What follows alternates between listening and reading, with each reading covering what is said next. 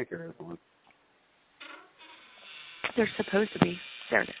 Hello? Hello? Hello. Who's that? Whoa! Water!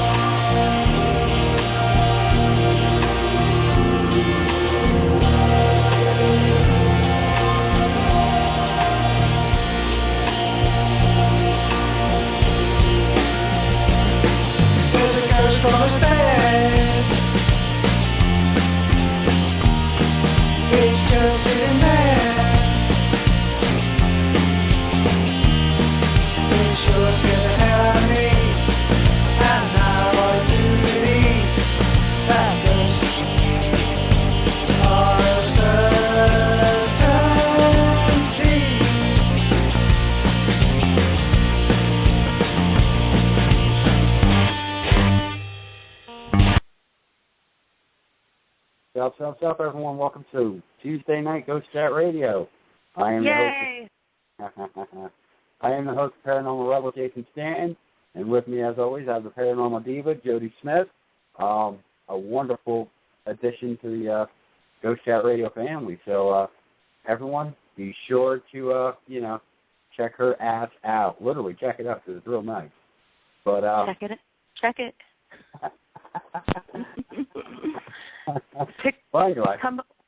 Come by and like Hello? my page. There might be pictures coming soon. Hi. Hi. Wow. No, that was Robbie. What are we doing tonight? Oh, I have no idea. We're having fun, and it hasn't even started, so. We always have fun. I mean, I can Wow, say, my phone is acting really bizarre. Well, you're really bizarre, so it works out. Yeah, it's kind of lives in my world, so it should be. Yeah, exactly. Well, everybody, we have great guests for you tonight. If you haven't already read it on my page, the authors of Demon Street USA, The True Story of a Very Haunted House, David Roundtree and Robbie Lunt, both joining us tonight on Ghost Chat Radio. Excellent. So welcome, you guys. Hi there. Thanks for having us on tonight. Oh, it's our Good pleasure. evening. And tonight we will also be doing some dumbass trivia. So, yeah. So the answer to the question will be revealed throughout the show, and then at 7 o'clock we ask the question. So, literally, the answer is already given to the people. All they got to do is call in with the answer. And they can win cool prizes like a Ghost Chat Radio coffee mug or a autographed book an autographed book of mine. Awesome. Cool. That is cool. It's going to kick out. Oh, do we get to compete? Yeah, You do sure. not get to compete. Oh, damn it. Jason says no. Guests are irrelevant to the competition. But as always, we always try to bring everyone some weird-ass news, and tonight isn't no different. So we got some weird-ass news for everybody, like we do. We pick 3 stories and engage in conversation over these 3 stories. Some of them are from well-respected websites. Some of them are not from well-respected websites. So. But they're all really weird and really fun, usually. They are. And tonight we have 3 great stories for you. We have the first one, I guess I'll kick it off with Goblins Are the New Outrage. Weird goblins sweep the news. And this is what the hell this story is about. And it's on the Huffington Post, which, as I said, that reputation of this particular website is questionable. It is questionable. So there's the story here. A tide of reported goblins encountered that have swept the African mainstream alternative media in recent days left me astonished. Strange goblins are poisoning poor ladies' food, turning successful businessmen into a bankrupt, and even burning houses down in the dearly beloved Africa. First off, Lydia from, I don't even know how to say that fucking name. I couldn't tell you. From Africa. Moton. Bala Bajaha, I don't know. In Villiers, Free State claims that a goblin, an invisible thing called the Tokawash, is poisoning her family to death. Lydia's sister died this March after she became very ill from eating the food prepared in her house, leading her to believe that a goblin is poisoning her entire yard. All the food that comes into my yard is poisoned by an invisible thing. I think it's a tokalash, and it wants to kill my whole family. The symptoms are always the same: dry throat, dizziness, terrible fever, and severe headache. Not only that the goblin is causing irritations and domestic fights in the family, it's painful to see family members turning against each other and being unable to help each other when we are sick. We need help to get rid of this thing. Now here's another case, apparently, where a person named Franz Nigacane, I don't fucking know. Some foreign name. Where's this place is at? I guess they're all in Africa. Says one successful plaza businessman is close to shutting down due to very aggressive zombie-like things. It reported hisses from the store ceiling and steals his money.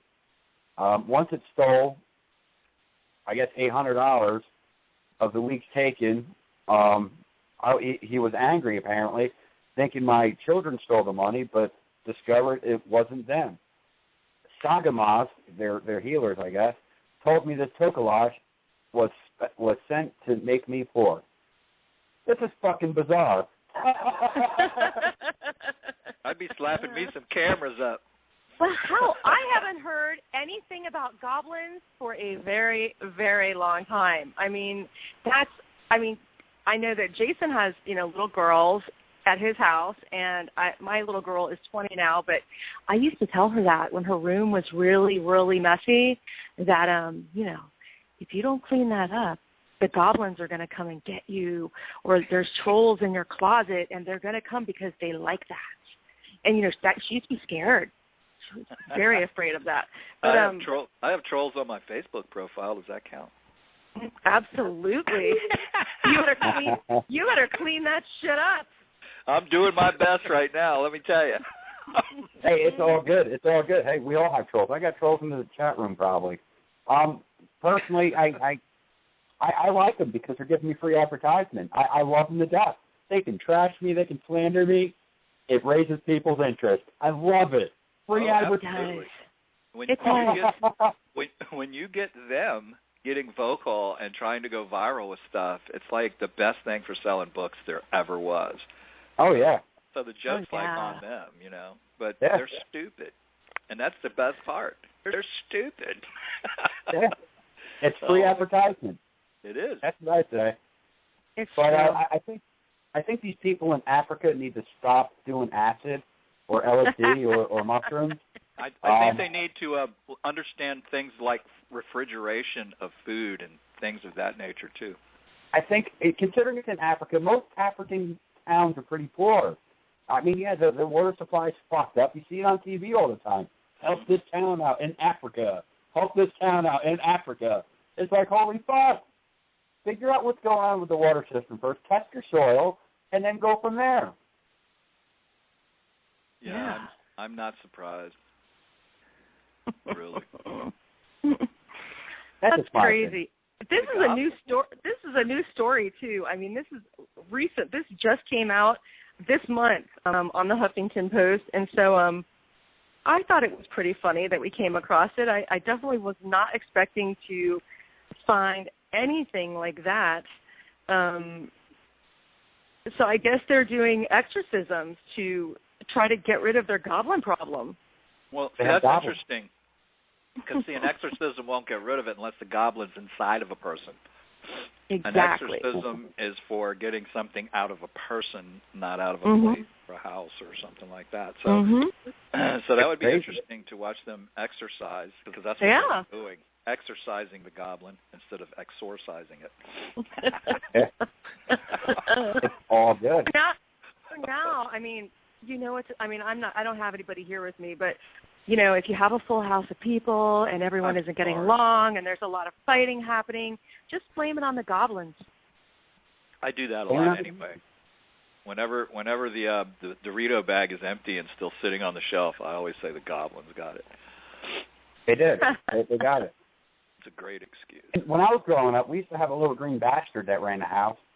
And that's what my parents called it, at least. And it turns out it was just us kids. Well, Wow. Jason, there were a lot of you. There were a lot of you in that house. So, yeah. There was. And it's all good. It's all good. But let's move on to the next story. Let's go on to something a bit more scientific. Let's see if I can actually get one to open up on my iPad. Well, we'll do this one from the Smithsonian. We have scientists are actually talking about building giant space lasers to control the weather. And this is from a well-respected website. You know, it's from the Smithsonian, which everyone knows the Smithsonian is one of the most well-respected museums in the world. So this is one to actually definitely to listen in on. Do you have that one up, or do you need me to read it? I don't have it up. I can't get anything to work here. I'm going to use a different device to open things up here. Okay, I'll read it. At the first Climate Engineer Conference being held right now in Berlin, scientists from around the world are pitching their best big ideas for how to stop global climate change from irreversibly altering life on Earth. One of the more elaborate ideas pitched at the conference, according to Brian Merchant for Motherboard, came from a scientist working for the European Space Agency. Isabella de Cesare thinks we could use giant orbiting lasers to shoot the sky and change the weather. What? I got it now. Okay. Other scientists also latched on the space laser idea, suggesting lasers could be used to do everything from breaking down greenhouse gases to causing clouds to form, reflecting the sun's heat away. Even by the already extravagant standards of geoengineering, where ideas like deliberately triggered algae blooms in the ocean or buildings a factory to mimic the effects of volcanic eruptions are par for the course. Some of these schemes sound more like dream schemes of evil engineers than legitimate prospects. So that's like why what?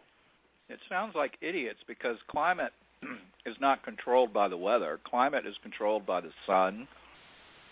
90% of the climate is controlled by the sun. If we can control the weather, for example, we know that rain, it can cool down the planet. I mean, if we can do things like that, if we can make it snow, we can cool down the planet. If we can break the clouds up, it can heat the planet up. Well, hasn't Hart been doing that for years? Don't you follow the conspiracy side? Oh, yeah. I do. Yeah. I mean, yeah. Except we for the fact that Hart to talk about Hart. Yeah, Harp's been closed down for 4 years because it was defunded, but it's still changing the weather. I love it. Yeah. Well, that's the conspiracy behind the whole Harp thing, which they probably do have that, and it's probably what they're doing with it. But this is actually letting the people know that, yes, we are fucking with the weather. You know, and there's the fact that we live in a huge terrarium. Yeah. It's a closed system, and you can mess with everything all you want, but somewhere else there's going to be an equal and opposite reaction, and it's not going to be what you want, probably. What I find interesting, and stick with me a second on this, what I find interesting is we are not living in the most air-polluted time of the history of the planet. The most air-polluted time was a period between 1880 and 1935, 1940. Really? Yeah, I heard about that. We were dumping tons of coal smoke into the air. Oh, that's literally tons of it. Oh, yeah. And strangely, it got cold. It didn't heat up because what was happening is these greenhouse gases were blocking the sun. Yeah. And they were predicting actually an ice age back then. And they did it again in the 70s. In fact, I have an article from Scientific America that was put out in 1976 where all the climatologists, some of them still alive today and pushing this global warming thing, were predicting global cooling to the point of where people would starve to death because it would be too cold to grow things. Yeah. So I really don't pay too much attention to these guys because so far they haven't been right yet. Interesting thing. What is the most prevalent and makes up 98% of all greenhouse gases around planet Earth? What's that? Water vapor. Water vapor. Wow. Dihydrogenated oxide. It's the most incredible solvent in the world. So what happens is we find that climate is cyclic. If you look back into Earth's history, that's true. We're in a cycle, just like the Mayan calendar and everything else. We're in a cycle, and this particular cycle is like a 44,000-year cycle. And we've actually turned around. They're predicting it's going to be colder this winter than it was last winter. And last winter was way colder than the winter before. I had heard that. We're in the cooling phase now. So it's going to be interesting to see what happens to all the ice formations in the next 5 or 6 years, because that's really going to tell us what's going on. I mean, we've only been monitoring weather since a little bit after the turn of the century. And the Earth is, 4 billion years old? And we've been monitoring a little over 114 years of it, maybe. It's just really not enough to make these decisions yet. Certainly, industry has had short-term impacts on regional weather. There's no doubt about that. But the Earth has a real big tendency to correct what happens. And the Earth has been through more destruction. And this is funny. This is what pisses me off about the environmentalists. Seriously, because it's true. The Earth has suffered from massive volcanic eruption, plates that separated fucking countries. We've gone through not one, not two, not three, but almost 4 different ice ages. This planet has literally been fucked up, destroyed, and demolished over and over again. And people seem to think your paper cup's going to fucking crack it right apart. It's funny. Well, it is. And it doesn't take away from the fact that we're wardens of the Earth and we should take care of it. And I'm not questioning that. This is the thing. That the planet's fine. The planet's going to be perfect. You can completely think you're destroying the planet. It's going to rejuvenate. It's going to be vibrant. It's going to wind up coming back better than it ever was. Why? Because the people are going to be fucking dead.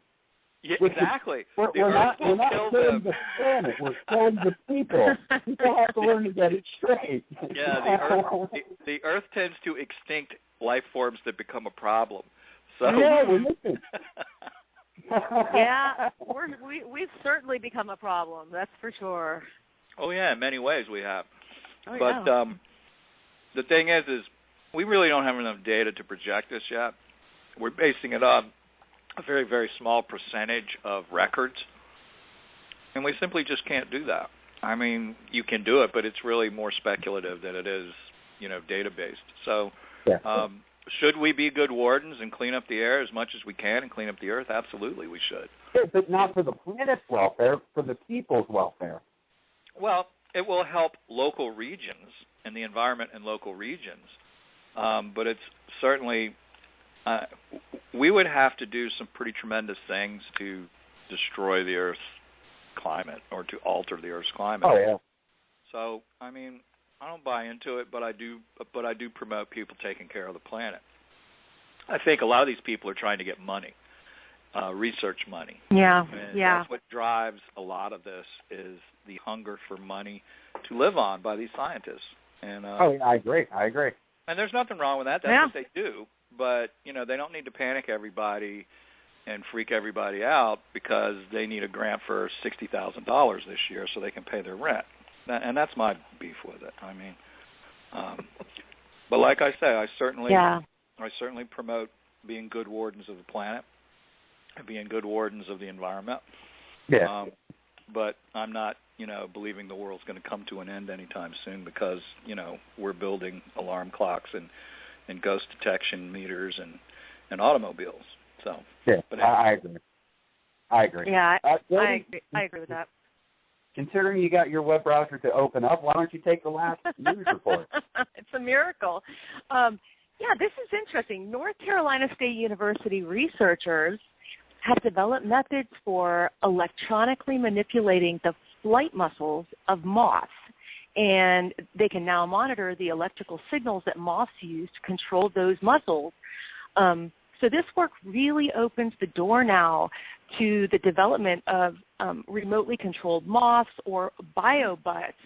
So biobots for use in emergency response. Now, this is coming from Science Daily. So this is a very credible website. This is not the Huffington Post. So this is definitely some research that is happening now. It's a news story, and they want to know if they can control the movement of moths for use in applications such as search and rescue. Now, this has been pioneered with Dr. Alper Boskert, who is an assistant professor of electrical and computer engineering at North Carolina State and co-author of a paper on this type of work. And the idea that they have would be to attach sensors to moths in order to create a flexible aerial sensor network that can identify survivors or public health hazards in the wake of a disaster. Can you imagine? So the paper presents a technique that Boskert developed for attaching electrodes to a moth during its pupal stage when the caterpillar is in a cocoon undergoing metamorphosis into its winged adult stage. And this aspect of the work was done in conjunction with Dr. Amit Lau of Cornell University. So the findings involve methods developed by Boskert's research team for improving our understanding of precisely how a moth coordinates its muscles during flight. I mean, imagine the applications that they could take this to, if this works. So, by attaching electrodes to the muscle groups responsible for a moth's flight, Boskert's team is able to monitor electromyographic signals, the electric signals the moth uses during flight to tell those muscles what to do. They then connect the moth to a wireless platform that connects the electromyographic data as the moth goes ahead and moves its wings. So to give the moth freedom to turn to the left and the right, the entire platform levitates. They're very cool. It's actually suspended in midair by electromagnets. So, by watching how the moth uses its wings to steer and matching those movements with their corresponding signals, they're getting a much better understanding of how they can maneuver these muscles and how, the insect actually maneuvers through the air. And, they're very optimistic that this information is going to help develop technologies to remotely control the movements of moths or other creatures that are similar in flight. So, this is the goal of creating biobots that can be part of a new cyber physical sensor network. Pretty crazy. Yeah, what? It sucks? They can do this, but we can't get a grant to do legitimate research into paranormal effects that may ultimately give us the data that would help us to come up with the grand theory of everything in physics. Right. So, this is the irony of what I said before we started about scientists looking for grants. I know. And they will research any dumbass thing they can come up with to get money, and here's one of them. Yeah. Yeah, but see, there is something about this, though. Interesting. It's interesting. You always have to look at the military application first. Yes. And if you can, I'm telling you right now, you can take a bunch of moths, and if you can control their flight with tiny little micro cameras, you can go in and you can infiltrate a terrorist camp or the other company's, vault and see what they have in it in ways. And you can't, unless you can do that with a ghost, that's where your funding problem is. Well, they're saying that they've got a great platform now for collecting data about the flight coordination, and they are developing an automated system to explore and fine-tune the parameters to control the flight and further miniaturizing this technology. And they're testing it now in free-flying insects. So can you even imagine? I mean, what if they could do it with hornets and fly them into an enemy camp? Who knows?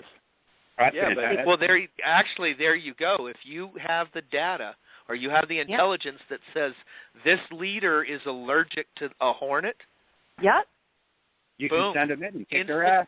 I have a better idea. Instant assassin. Absolutely. Ooh, I like this. I have like a better that. idea. That Why don't we just stimulate the opening of a wormhole and drop the whole damn army into another dimension? Hey, that works. Oh, my So God. you don't have to worry about what they're allergic to. They're somewhere else now. You just suck them right out into space and let them fly. They're making introductions to Flight 19 at this moment, right? There you go.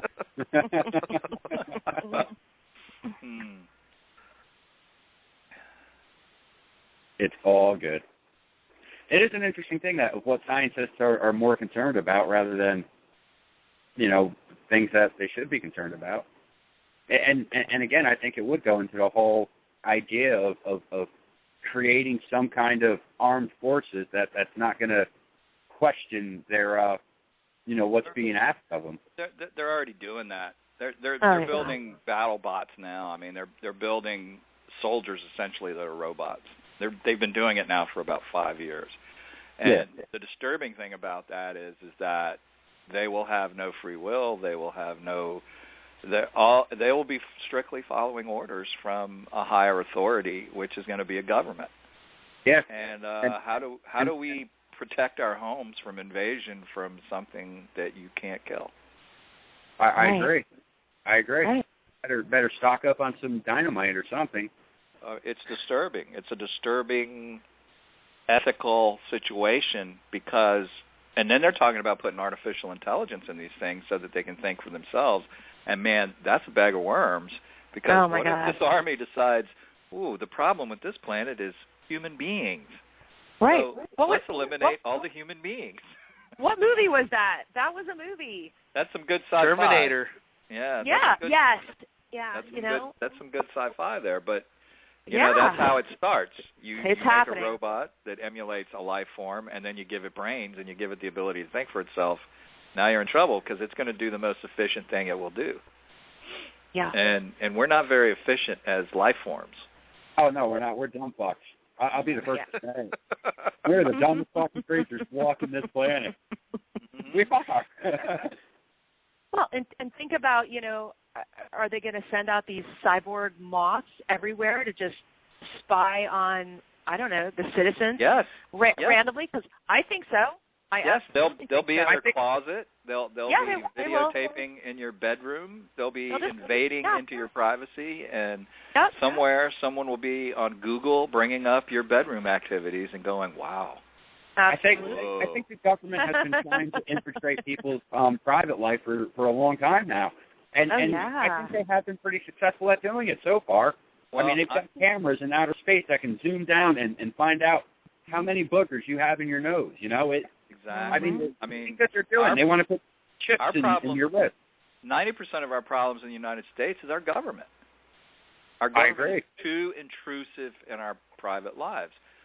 The founding fathers never intended for us to have this all-intrusive dictating government that tells us what to eat, tells us, what to drink, tells us what we can smoke, tells us what's good for us and what isn't good for us, what we have to buy. I mean, our founding fathers are turning over in their grave. But Thomas Jefferson predicted this. He said if our republic lasted 100 years, it would be a miracle. And it lasted a little over 200. Because our republic died in the late 70s. Oh, yeah. We no longer have a republic, and we never had a democracy. I mean, people think we live in a democracy. We do not. No. Our form of government is a republic form of government. Actually, our form of government right now is a corporate oligarchy. Yeah. Well, I think it's being run by the Muslims right now, actually, but, that's my point. Hey, it's all good. I don't know about that, but... Well, there's Sharia law being practiced right here in New Jersey, and that's as constitutional as, taking people's guns away. So we don't have a free country anymore. All that bullshit. No, we don't. And, I mean, look, they want us to be as reliant on them as possible. God forbid that you should have any money and think anything for yourself. Let's all get immunizations and eat GMO foods. I don't. But, pretty soon they're going to make you do that. Well, what's interesting is the whole thing about that is the government is in a position right now where they're dictating about 80% of our life. There's a government agency that controls what our kids are taught, and that's really scary because, our kids aren't taught anything about Nikola Tesla, who was probably the most brilliant scientist alongside Einstein that ever lived. Oh, I agree. And instead they teach about this Dudley dumbass called Thomas Edison, who stole everything that he ever patented from everybody else. He never invented the light bulb. He stole the idea of the light bulb and made it better. I mean, he never came up with a single idea of his nothing own. original. Yeah. No. Tesla did a lot of that.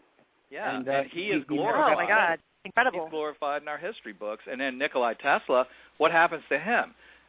30 minutes after he's dead, his entire apartment is wiped out, and all of his files and records are gone. Yep. And the FBI took it all. Of course. So, that tells you something right there. They don't teach about Tesla. Tesla was a genius. Tesla had a way of giving free energy, and that's what did him in.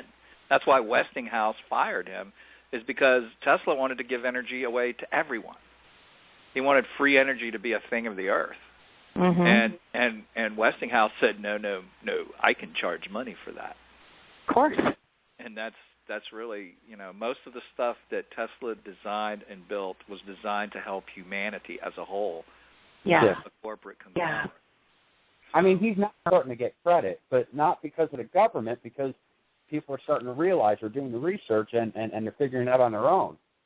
Well, for what they can find, what we can find out. I mean, there's so much of that covered up and hidden. We don't know. Exactly. Only a few things survive that we know of. His Tesla coil research, AC current, which he invented. But the plans for his death ray and the concept of how that worked, we'll never see that. Wow. We'll never see that. He was talking to aliens when he had his antenna array over in Manhattan. I mean, he was communicating with something outside the Earth because there was no one on the Earth communicating then. Wow, yeah. I mean, he invented the radio, not Marconi. And I did not know that. A few people know that. Oh, Tesla had I the did first not know working that. radio years before Marconi did. Wow. And that's actually one of the big ones, because that was a U.S. Supreme Court case. Mm-hmm. Tesla took Marconi to the Supreme Court, and the Supreme Court ruled in Tesla's favor. Yeah. When Marconi first came out with it, Tesla kind of blew it off because, as he said, well, he's using 42 of my patents. Yeah, exactly. Wow. Exactly. And yet, who gets credit in history for inventing the radio? You see what I'm saying? Tesla was written out of the history books. And that's True. Yeah, it's true. That's sad. And that's government. It is. That's government. Government and corporate greed is what caused that. So, I mean, do I trust the government? Oh, hell no. Oh, God, no, me either. And the problem now is we're becoming so socialist. We're going. That's where we're going. We're going $400 billion in debt every day. Now, the problem with a socialist government is that eventually you run out of other people's money. And when that happens, your economy collapses. And that's exactly where we're heading. We're $12 trillion in debt right now. And our government's answer is, print more money. We've got printing press rolling. Well, watch what happens when the American dollar is no longer the world currency. And there's plans being done right now to remove it by Putin and China. Well, I think is what they're going to do. And I got in a discussion with this not that long ago of what they're planning on doing. And it's already starting to take effect. They're going to want to crush the United States. We'll become a third world country overnight. Well, this is what they're going to do to revamp the currency of the American dollar. And it's starting to happen now, if no one hasn't even noticed. What they're going to do is get rid of currency altogether. I mean, and a lot of companies are doing this now. They're giving people payment cards rather than a paycheck now. And that's how they're getting the tax exploded. Yes.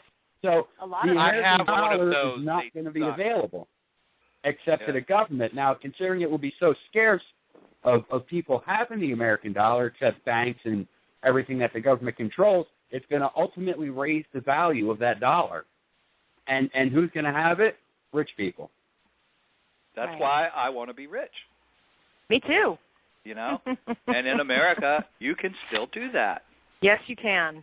You yes, know, you can. and until they're trying like hell to take it away, this whole redistribution of wealth. A fellow works all his life, he gets to be 60 years old, he makes a couple $1 million, the government takes him for it and gives it to someone they're paying not to work. Yeah, pretty much. And that, to me, is wrong. I mean, if a person goes out, he's an entrepreneur, he works his butt off, he makes a bunch of money, that's his money. Screw the government. Fuck the government. Exactly. If he wants to be philanthropic with it and he wants to donate to charities, that's his choice. And most people do. Most people that have money donate. In fact, all the rich people last year donated more money than our president did to charity, which you know. Oh, that's so easily believable.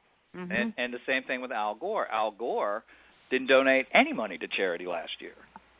So, I mean, these politicians, this is the other problem. We need to do away with career politicians. We need to have term limits. Just like the Founding Fathers did. They came absolutely. in, they did 1 or 2 terms, and they went back home to their farm. And we need to put American people in government instead of these lying, cheating, stealing, living off the blood-sucking of the human race kind of people that are happen. running this country, because they're the reason why corporate America is running the government. Yeah. They're being bought. Yep. Absolutely. That's so true. And, I mean, you know that's not going to happen. There's not enough people willing to stand up and fight for that. And I am all about government conspiracy. I read about it constantly. Well, there'll be a revolution eventually, because people will get sick and so. tired of it, and it'll be a new independence. And the government is stupid, because what they're trying to do is take people's guns away to avoid that. And what they're going to do is make people go underground, and then they're going to be in real trouble, because there's going to be a huge guerrilla movement in this country that's going to be, suppressed. They're going to try to suppress it, and then law-abiding citizens are going to suffer, and the government will be overthrown. And that's stupid, because the government, these people don't read history. None of them. I don't even know if they can read. I've read some of the bills that have been passed the last couple of years, and I'm pretty damn certain they can't read. That's possible. So, a typical thing is the health care bill, which is, if you stack it up, each page up, it's 8.5 feet tall. I know they didn't read it, because they can't implement it because of all the contradictions in it. We could have handled health care reform very simple, with probably about 10 pages of written words that everyone could understand. Because what has to happen, the first thing that has to happen is insurance companies have to be thrown into a competitive environment, and they don't. They don't have that. Each state has 1 or 2 insurance companies, maybe 3 or 4 in wealthy states. Well, if the government allowed that to happen, then they wouldn't control the health care. Well, that's exactly right, too. And the thing is that if healthcare was competitive, in other words, if a healthcare company in, say, Alabama could sell insurance in Maine or in New England by underbidding the other insurance companies, the price of health insurance would be so affordable it would be scary. That would be the first thing. The second thing is if instead of buying all this crap off, if the government gave grants to pharmaceuticals for drug development and connected that to their own development, give them a tax break, something like that to stimulate that. I agree with that 100%. Drugs would not cost $400 for 30 pills. I mean, it's real simple. It's real simple economics. And see, the problem is that nobody understands simple economics. They want to convolute it and conflagrate it so that they can dip into the till. And that's the problem. I mean, 90% of all of the industries in New Jersey are leaving New Jersey because the state of New Jersey, in their wisdom, has decided that they're going to tax corporations. Well, of course, when they tax corporations, do you think the corporation's going to pay for that? No, the consumer's going to pay for it. So instead of jacking their prices up and no longer being competitive, they're moving out of the state. And the middle class is fleeing New Jersey at a rate of 28,000 people a year and have been for the last 7 years. Soon there will be no middle class in New Jersey, and that means there will be no taxpayer in New Jersey. Mm-hmm. And you're not going to hurt the millionaires because they're just going to move somewhere. Yeah, it's the poor people that are going to suffer and the lower middle class that's going to suffer. And those are the people that always suffer. You got that right. I said last year that if the government wants to help with the health care issue, give companies tax breaks for a certain amount of employees or a certain percentage that they pay for their employees' health care. Because all companies, offer some kind of health. Well, not all companies, but a lot of companies do. Most of them do. All the big ones do. They offer health care plans for their associates. And do you know why it's so cheap? Do you know why it's so cheap? Because they can get their health care in any state of the United States because of where they're located. If they've got an office in Mississippi, they can buy Mississippi life insurance for their entire continental, work. I mean, International Paper, for example, they used to have a huge presence here in New Jersey. Their insurance came from Alabama because it was cheap. So their employees were paying something like $26, a paycheck for their health insurance. And the whole bill for the health insurance was something like $190. Wow. If you bought the same insurance from a New Jersey company, you'd be paying about $600 a paycheck for the insurance. Let me tell you, I live in Alabama right now. Try and get some good insurance here. It's not going to happen. Well, it's all collapsed because now they have the insurance pools and nobody wants to be in them because they can't live up to the government regulations and not go out of business. And that's why the government did it, was to have single provider health care from the government. And if you look at all the countries that do that, I mean, I have people that come up to me and they go, "Oh, Canada has a great health care system." I have a friend that lives in Guelph, which is in Canada.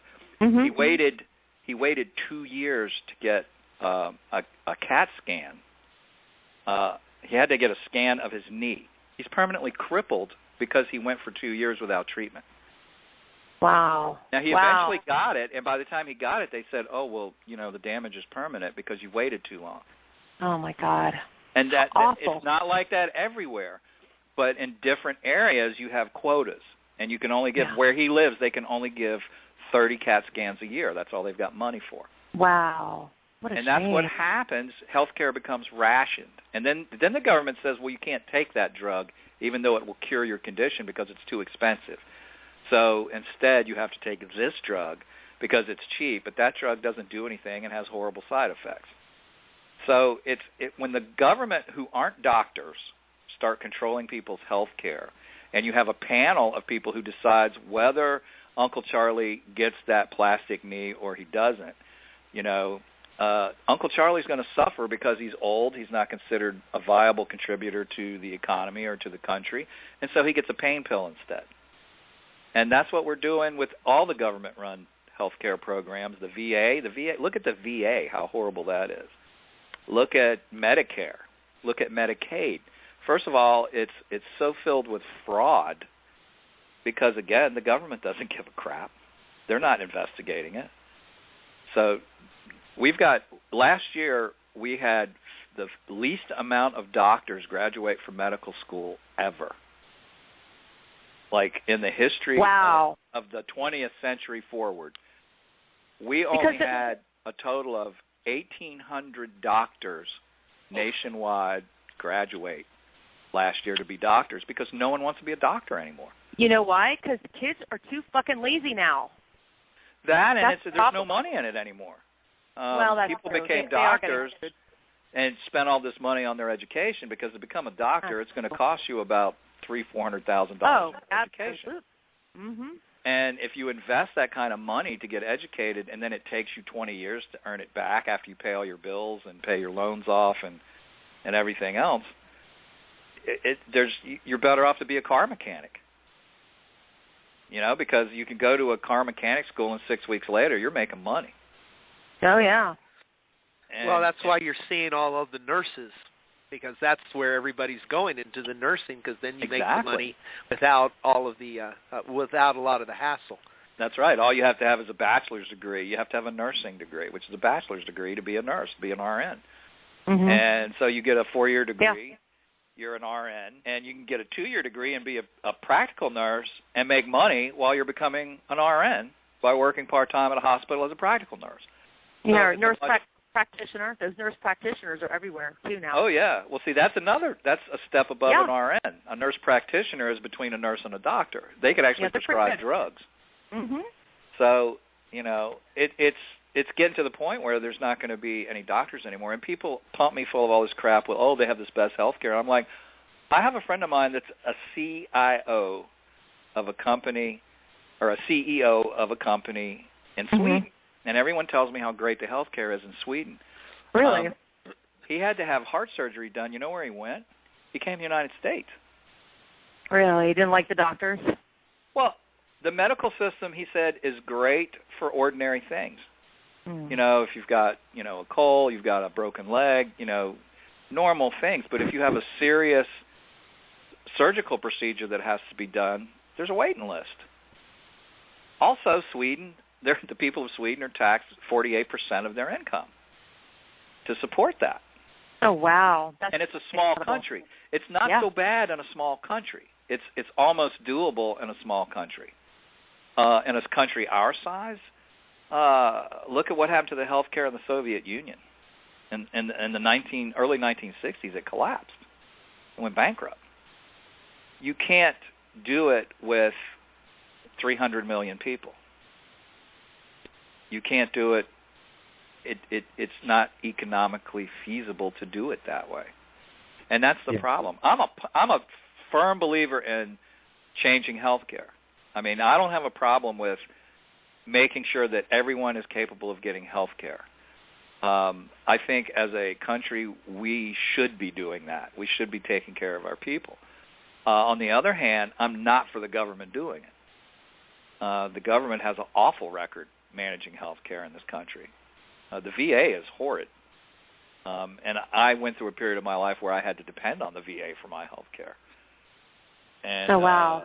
And that's just like going to the meat market at the grocery store. First of all, none of the doctors speak English. Because, really? Yeah, you've got people that are immigrating into this country that are trying to get their medical license, and so the government hires them to work at VA hospitals because they are doctors, but they don't have an American license yet. So they have to do a certain amount of internship, and it's a residency, really, is what they do. And they have to do a residency, and the government holds them into that residency working at the VA for a specific length of time until they can get their AMA license here in the United States. But, you know, I didn't know that. I didn't know. Oh, yeah, I was getting treated in a VA in Gainesville, which actually has a very good VA hospital. And the guy was talking to me. I didn't understand a damn thing he was saying to me because he was Pakistani. And I had no idea what he was doing. I didn't know if I was getting my tonsils out or my leg removed or what the hell he was doing because I didn't understand anything he said. But he nodded and smiled a lot, and I said yes, and boy, crapshoot. The nasal probe. You're like, Doc. You wake up the next morning with only one testicle or something, and it's just a scary thing. But I think healthcare needs to be reformed. I'm just not for the current system that was implemented because it's going to break this country. Oh my God, it is. I agree. I'm so not for it, not at all. I mean, you're going to charge tax to a guy because he needs a wheelchair? How in the hell is that helping people? There's a tax now in that bill to help pay for it that any medical device you pay an additional tax on, a federal excise tax on. So if you have to buy crutches, you pay an additional tax for a crutch, a prosthetic additional, and it's a percentage of the total cost of the device. And that's hurting the people that they're trying to help. I don't get it. But see, the problem is you keep looking at it as health care, and it's not. It's the supplement for the insurance companies. Just like the previous administration was really focused on making a whole lot of money for the oil and energy industries, this administration is making tons of money for the insurance industries. All of a sudden, everybody has to buy insurance. That's not true. 47 health insurance companies have gone belly up.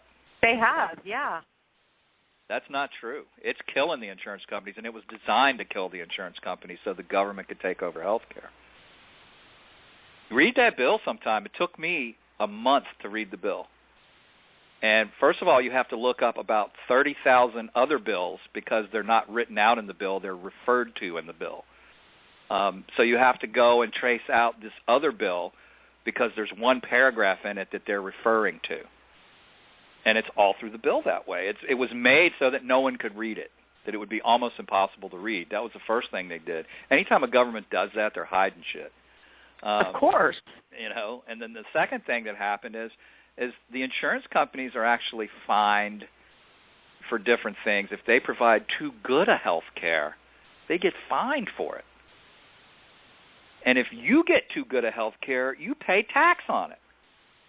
I paid tax on my health care this year for the first time when I paid my income tax. Yeah. Great.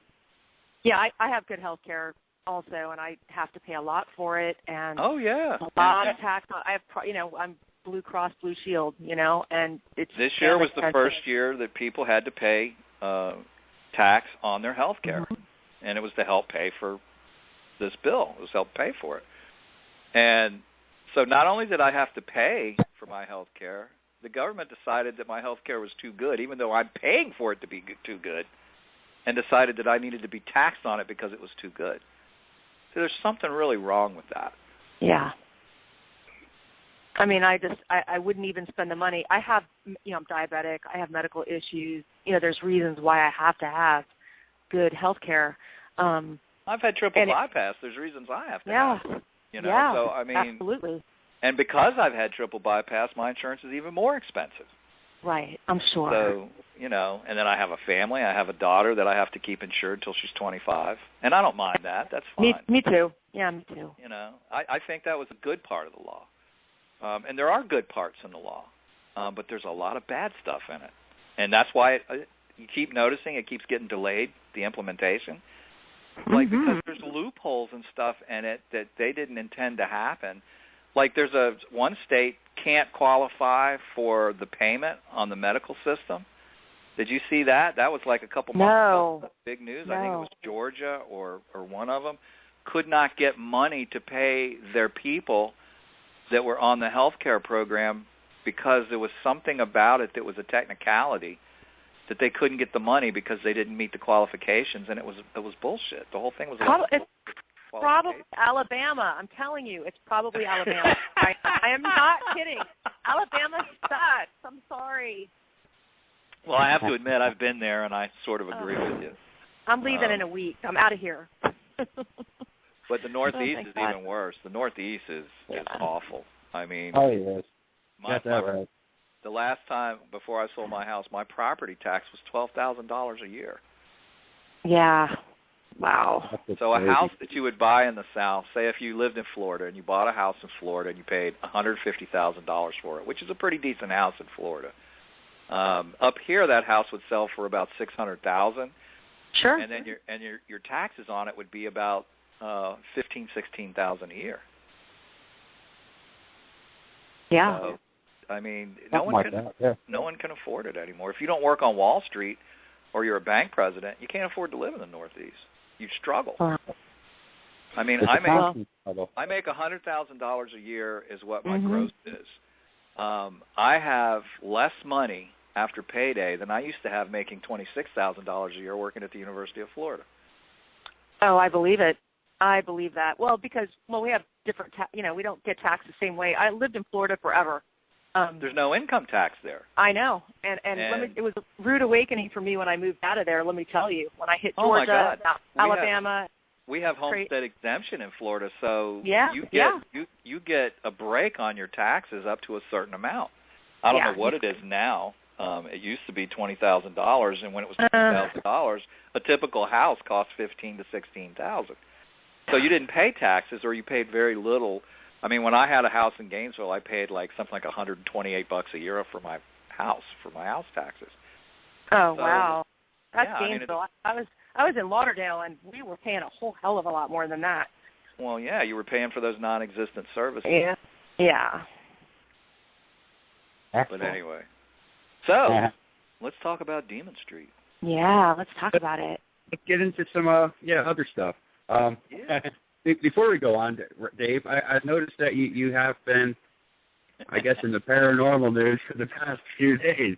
And even though Ghost Chat Radio is not the one to slander, we can change some names and turn it into kind of a more original story. So we'll just call. We'll creative. Call. You want creative storytelling? Yes, we can do that. We'll just chat about it. Yeah. Yeah, we can chat about it. We have to change names. We can't say any names, so we're gonna give this dipshit a nice Indian name, and we're gonna call him Broken Rubber. Yeah, Broken Rubber. Broken Rubber. That's his name for your story, okay? Yeah. I don't know if you guys remember. Probably about a week ago, this guy posted a video on his page of a cat levitating. Yes, I've seen that. It was all over Facebook. It scared me. Mm-hmm. Yeah. So I'm looking at this thing, and first of all, it's supposed to be taken from a security camera, yet the counter starts at 0 just before it happens. So it's obviously a contrived video. Then I start looking at it. It's also purposefully shot at lowest resolution possible. But I'm looking at the cat's body, and the cat's being hoisted by something around its stomach. You can tell by the way the cat's bent. Yeah. It's bent because it's being hoisted from a single point. I mean, if you understand physics and this sort of stuff, you can look at it and go, wow, the cat's being hoisted. And so I made a comment. I said, this is a fake. And I said, people, and this guy made like this was the real deal. He discovered it on his DVR. Why this guy has a security camera pointing into the center of his living room at nothing, I'm not sure. But, let's give him the benefit of the doubt and say he wanted to keep a camera on his TV set and bookshelf because he was afraid someone would steal his books and his TV instead of the front door or the windows where they would be coming in at. But so I made a comment. I said, this is one of the problems and this is what's wrong in the paranormal is you have dipshits like this that are purposely faking this stuff, putting it on the Internet, claiming it's real. Yeah. And anyone with half a wit looks at it and says, this is fake. And this is why no one takes the paranormal seriously. This is why paranormal researchers, eat Spam and shit so they can afford to do their research because, wads like this are like making a mockery of the serious researchers out there so that we'll never get taken seriously. And so I made a comment, and I was very adamant about it. I said, it's obviously fake. I explained why it was fake. Mm-hmm. And then this little troll that used to be a friend of mine a while back who has teamed up with Broken Rubber, his little cadre of about 4 or 5 ugly women and himself. Ugly fat women. Troll-like, orcish, ugly fat women who have no personality. Actually, let me clarify that. They have the personality of an open-faced shit sandwich. Wow. They turned loose on me and started making false accusations about my agent's company being involved in some real nefarious activities, which was wrong. They made accusations that I was involved in this whole theft of pre-Columbian statues that was a big thing that's going around right now, and 2 other individuals. And the only thing that I had any intercourse with in it was one of the individuals who lives in Virginia, Haunted Entertainment, and I don't give a shit if I mention their name, had planned an event, fleeced the public of money, and then the event didn't happen, and they weren't giving refunds to people. They said there's no refunds. I had a lot of friends and fans that got hosed in that. So a week before this, I had worked with this person because she came forward and said, you know what, I'm going to do an event there. I will refund everyone money, and I'll take a hit for it, even though I'm no longer associated with them. And so I worked with her to get my fans and my friends that were hosed their money back. Because of that, they associated me with all kinds of crap, and it was all fake. And people started coming to me. They were like, defaming me on their page, and all 6 of the people that go to their profile was reading it. This guy has a history of doing this to a lot of people. He's harassed John Zaffis. He's harassed a lot of the names in the field. John's a good friend of mine. He's a nice guy. Yeah. Do I agree with everything he does? No. But you know what? We agreed to be friends, and we don't go there. We don't talk about those things. Real paranormal, investigators and researchers. None of them ever agree on everything. It doesn't happen. But no scientist does either. No scientist does either. Researchers have their own way of going about things, and you know what? Until someone comes up with the answer, anybody can be correct. So I don't let people's opinions or what they're doing in the field, unless they're hosing people, affect my friendships with them. I'm friends with Rosemary Ellen Guiley.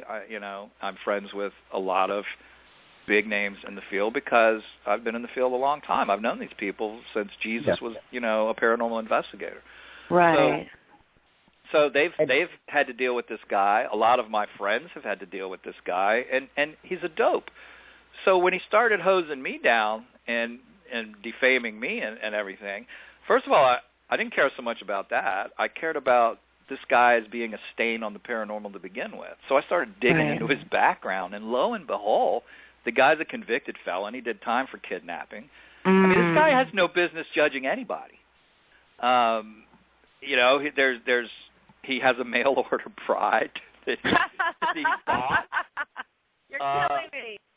It just gets better. The more you dig, the more you find about this guy. And then his other henchman, who writes for the Examiner, turns out he's got a criminal record. None of them can own a handgun legally because they're all convicted felons. They're drunks. They're drug addicts. The funny thing is I know who you're referring to, needless to say, but we'll still consider him broken rubber because, well, that's a good name for him. But none of them have any credentials in the paranormal field at all. They can't provide any kind of, backup of any of their solidifications within the realm of paranormal. Not one of them have a team. Not one of them has ever posted a team. Not one of them will even say a name of a team member or any place they investigated. But they claim to be a certified demonologist. They claim to have been trained by Lorraine Warren, which is total rubbish. She doesn't do that. No. Everyone knows she doesn't do that. I mean, she doesn't. But his claims are like ludicrous, and he's claimed all these capabilities and things, and so he feels he has the right to harass and shit on other people because he doesn't like them. Well, I've decided I think it's because of jealousy. If you want my honest opinion, I think it's jealousy. All these people are doing things that he wants to do, but can't do it because he's got to make a dipshit of himself. He wants to be famous by riding someone else's coattails and destroying somebody to make himself famous instead of getting off his ass and doing real work. So I've decided that I'm going to troll him like he trolls everyone else. I love it. And that's exactly what I've done, right? Yeah. I mean, I printed his prison record. I printed his arrest records. I printed things that he has said on his site that is a key insight to his psyche. How this guy operates and his henchmen. And I've got something new that I'm going to introduce in the next couple of days that I'm going to make go viral. And I'm going to do these like wanted posters. Awesome. And I'm going to make it a parody. I'm going to put their faces on these wanted posters, and I'm going to have nicknames for them that are real derogatory. And I'm going to send them around with, like known felon, kidnapper, child molester, whatever. You've got to make a really funny GIF with that. That would be awesome. But I'm only going to put stuff that I can verify that they've done. See, so I want them to sue me. That's what I want because none of them have a pot to piss in. They all live in like ramshackle single-wide trailers somewhere in the South or in Oregon in the wilderness. And so I want one of them to sue me because they have to prove I'm lying to win. See, they have to prove that I'm defaming them. Right. And so all I have to do is subpoena all the records from the sources and walk into court and lay them down in front of the judge, and then I can countersue them, and they'll never own a single-wide trailer again in their life. Awesome. Now, these people that associate with Broken Rubber, they're not like a part of his paranormal team or anything like that. Like no, they're all trolls that kind of like they ran out of gas in their own group, and this is what's left. Right. I mean, one of them was in the paranormal police. I was in the paranormal police when it began. I left it because it started becoming a personal vendetta. The person who was leading it started picking on everybody in the field. Well, if I'm not mistaken, they are the brown eye of the paranormal, right? Something like that. Apparently. Something along those lines. Yeah, I call them paraturds myself, but But the thing is that there's nothing left but this core group of people. And there are legitimate people out there operating that are pointing out frauds and things like that are legitimate. Yeah. But these guys are just doing it to harass people because they make money. And they don't feel like they should make money. This is my biggest question with the whole thing. Who the fuck gives anyone the right to be a paranormal police? Well, exactly. You know what I mean? What are their credentials? Let's see. Their credentials are felony arrest for kidnapping. It's like, is that what it takes? Well, see, because of their backgrounds and their lack of character and non-existing integrity, I'm very proud of the fact that they're attacking me because that says a hell of a lot about me, doesn't it? And that's why these people are stupid. They think they're injuring me. They're selling books for me. That's right. That's what I said earlier, isn't it? I said the more they trash you, the more they fucking troll my chat room, the more they say stupid shit about me, the more attention they're bringing to me, and they're giving me free fucking advertisement, and I love it. I love every minute of it. And exactly. Meanwhile, people go up to them, and they go, man, this is the rudest bastard I've ever met in my life. They come up to us, and they're like, man, these guys are like, you can just sit down and talk to them. They're cool. So who the hell wins? And this is why they're stupid. And I can't say that enough. You're stupid, Broken Rubber, because you're a broke dick dog and eating food out of a can, and the rest of us are capitalizing off of your stupidity. So just keep on bringing those attacks because we love them. Hey, any publicity is good publicity, I say. I agree. And controversy sells. Oh, yeah. So, and in the end, who looks good and who looks bad? And that's where the public, the general public, falls into one camp or the other, is who looks right, who looks like right in the end. And I don't have to worry about it because I'm doing the right thing. They're like sitting there going, oh, I bet Roundtree's feeling the heat now. And I'm laughing at them. I'm like, yeah, I got the air conditioning cranked up, to like 70 now. I'm in hell. I'm feeling the heat. Meanwhile, on my profile, everybody's like spilling their guts about what these people have done to them. I mean, it's like backfired totally. And I've blocked them all from my page. So they keep trying to send people in to like follow me to see what's going on. Because my page is public. So as soon as they come in, I block them. So they have no idea really what's going on. They've got bits and pieces of what I've posted, and I've turned it into this expose. And my next radio show, The Devil's Advocate, next Wednesday, not this Wednesday, but next Wednesday, Broken Rubber is going to be our subject. And we're going to roast him. We're going to roast him on the air, just like we roasted the other troll that I was having trouble with, which I have no problems mentioning his name whatsoever. And that's Lon Strickler, who is nobody, never was anybody, and has made any kind of fame that he has generated off of other people. So, I mean, do you know that he was on TV because he saw Mothman? No. Yeah, he was the fishing. fuck out of here. Yeah, he was fishing. Meanwhile, he lives in Baltimore, Maryland, in a gated community because people want to kill him. But he was in West Virginia and saw Mothman. The guy's disabled. He can't get out of his armchair. But somehow or another, he managed to get to West Virginia, see Mothman while he was fishing, and the guy can't even hold a fishing pole right. And we're supposed to believe that. He's a joke. And has nothing, and he fleeces his fan base for money to support his blog and his website when they're hosted on free websites. So, who's the crook? Now he's a shaman. He's doing that to try to get at me. He says, oh, well, I'm a shaman now, and I'm going to start treating people for diabetes, and I just laughed. Wow. What a moron, So I don't have any problem mentioning his name, and after next week, I won't have any problem mentioning Broken Rubber's name.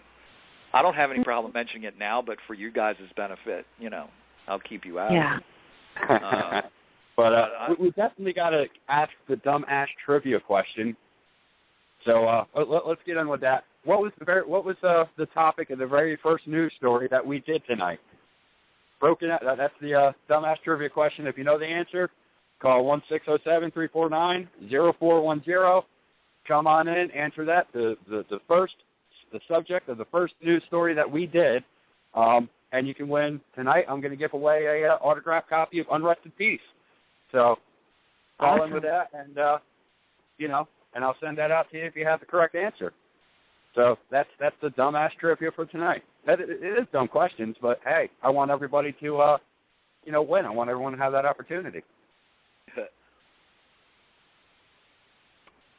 So let's go on with other things besides broken rubber and dumbasses in the paranormal community. Well, we can eliminate 80% right there. There you go.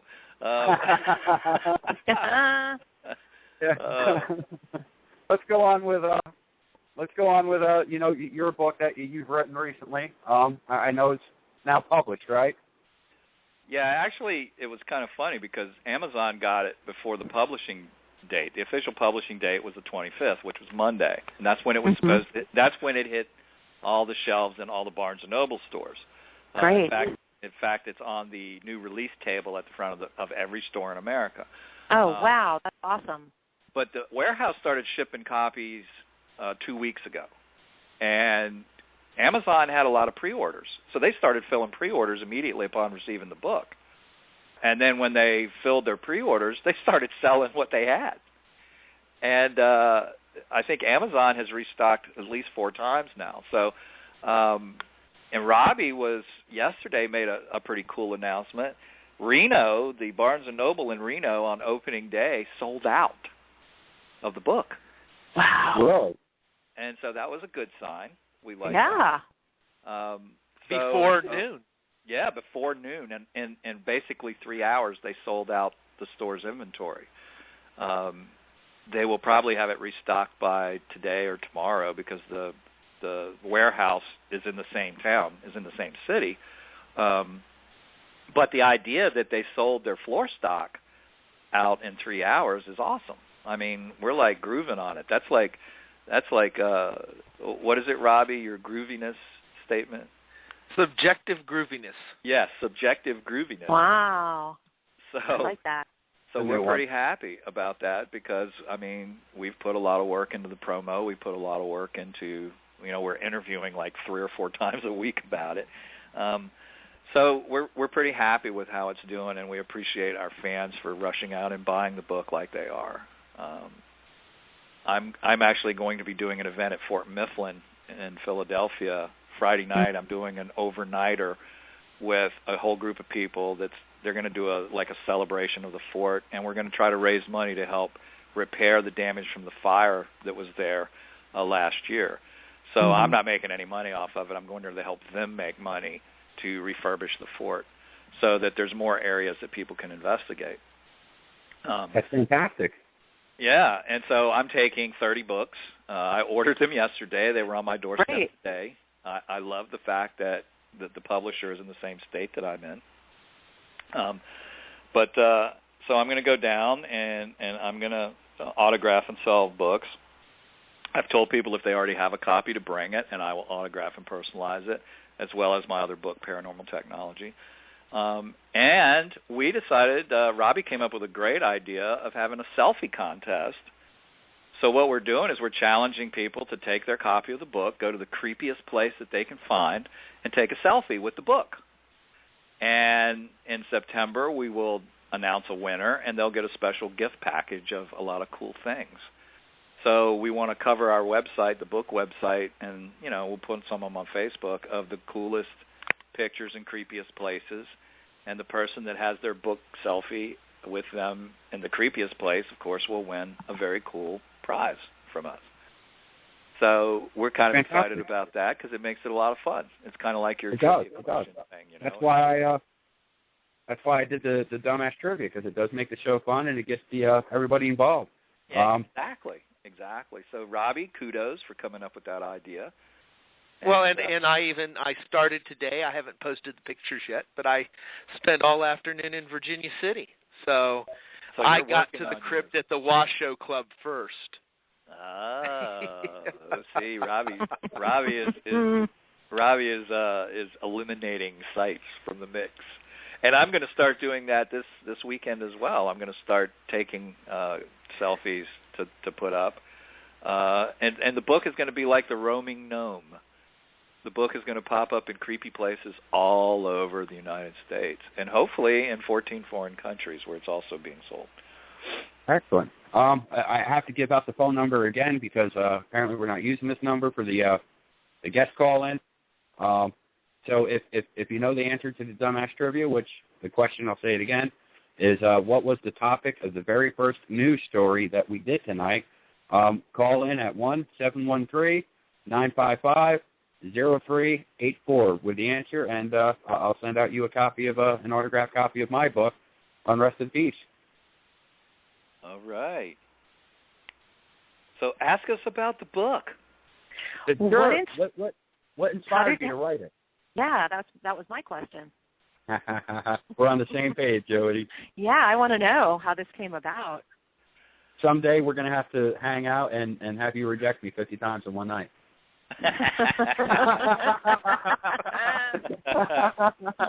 Oh, God. I better think about that. Well, Robbie's actually the catalyst of the book. I mean, he was approached, so let's let Robbie do the lead-in as to how the event itself drug us into it.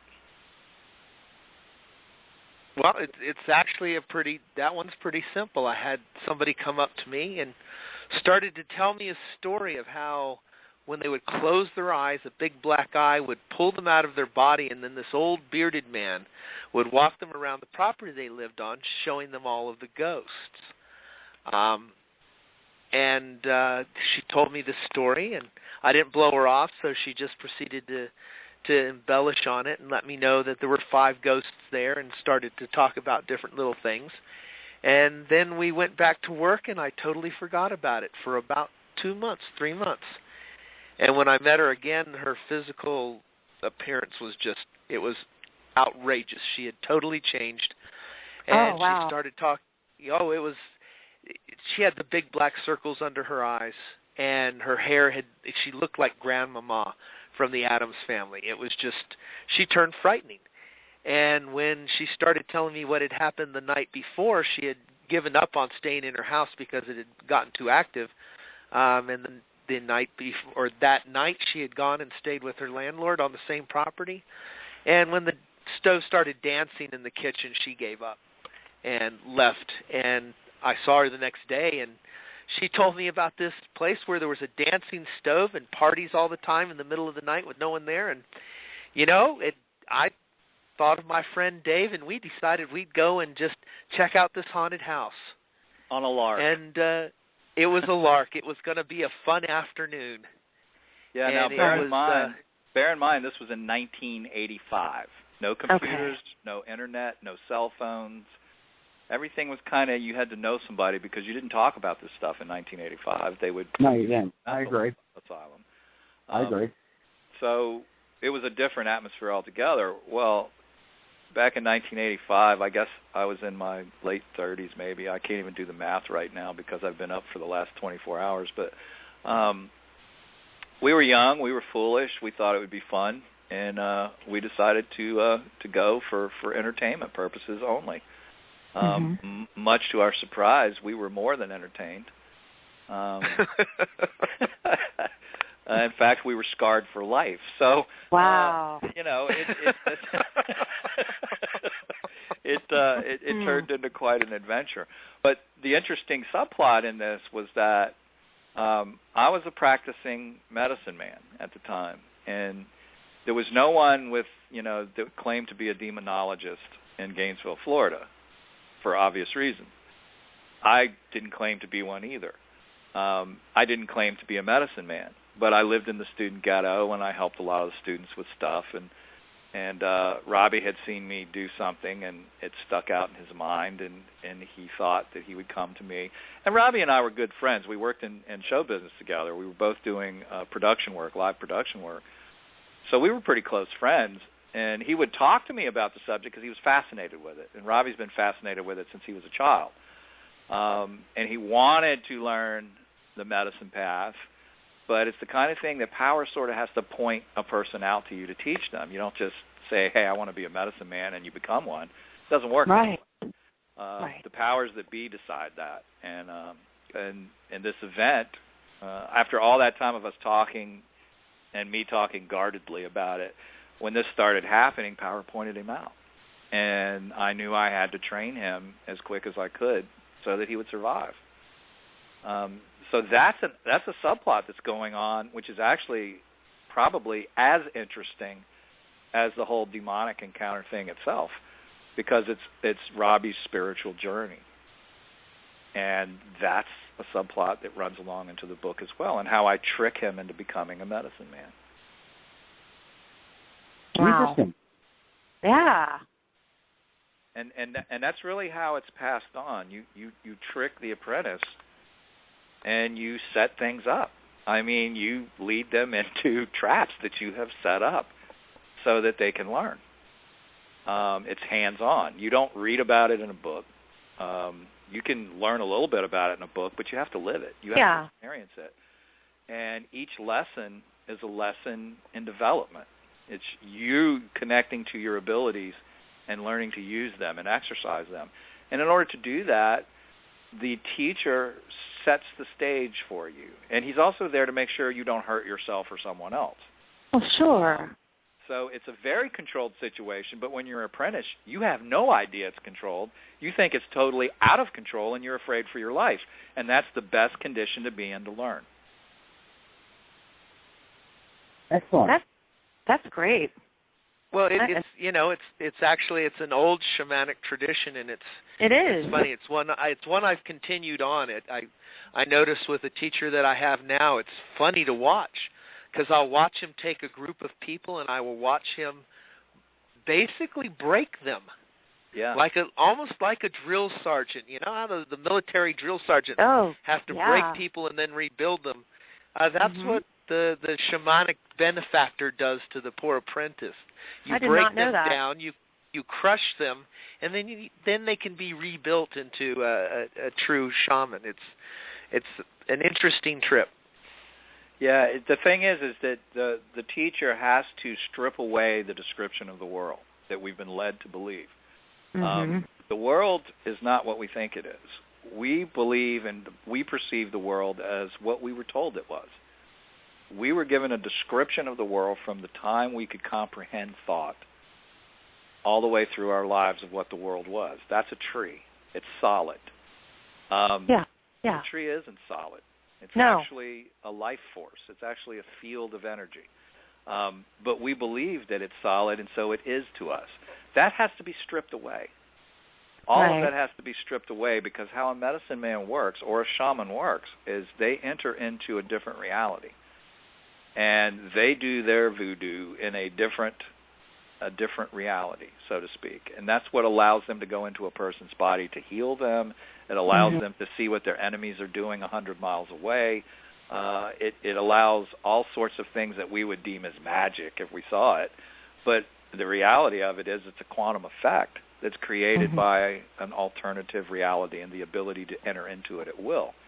But to do that, you have to strip away all the foundation that society has put upon us over the generations that we've lived on this planet and believed what we've believed. And that reality is perpetrated every day by the people around us. So part of it is learning to separate ourselves from ordinary human beings and isolate ourselves from them to a certain degree so that their perception doesn't color our own. And then the ability to have free will in order to move with purpose in and out of these different altered states of reality. I love that. That's an interesting subplot that's going on, and I find that that's a more interesting subplot than the actual plot of the book. I'm going to have to. I can't wait to read it. Well, people can't put it down. That's the interesting thing. And the other interesting thing is Robbie and I built in messages that we wanted to convey in this book. Particularly nowadays when everything's a demon to everybody, and you've got people going to paper mills and getting certificates for $30 that says they're a demonologist, and they let's all get one. Yeah, well, I'm an ordained minister with the Universal Life Church. I can perform weddings and funerals, which they're about the same anyway. So, awesome. But it's a piece of paper that you pay $30 for. It's not knowledge and it's not wisdom. Well, I paid $200 online. and the thing is that one day one of these people are going to encounter the real deal. Yeah. And when they do, not only are they going to be in dire straits, but their client is going to be in dire straits. So these things are rare, much rarer than you are led to believe by everyone that's spitting flaming gasoline nowadays. Of course. I've never seen one. Jason and I talk about this. Yeah, I'm not big on demons. I personally don't think they exist. However, I also at the same time accept the fact that I could be wrong. And that's basically what differs me from a ghost hunter and a investigator, a researcher is, yes, I do admit that I could be wrong. I don't think my theories is 100% accurate. And believing that, you could be wrong leads you to start researching on different aspects and different things. Yes, sure. I don't believe demons existed. However, I am not ignorant. I will pick up a fucking book and read it. Or pick up some information. Let me interject food for thought on that. First of all, you can believe whatever you want to, but it doesn't necessarily alter reality. That's the first thing. No. The second thing is when you look at the subject of demonology, there are thousands of books and thousands of cultures and thousands of histories and thousands of people documenting these type of entities. And somewhere along the line, there's a grain of truth. Or these writings exist, and these rituals exist. Evil exists. I mean, evil exists in this world, and it can be in many forms.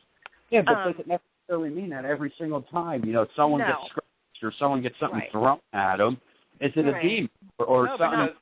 Not necessarily. There's many different kinds of entities, and most of them are neutral. They really don't give a shit one way or the other.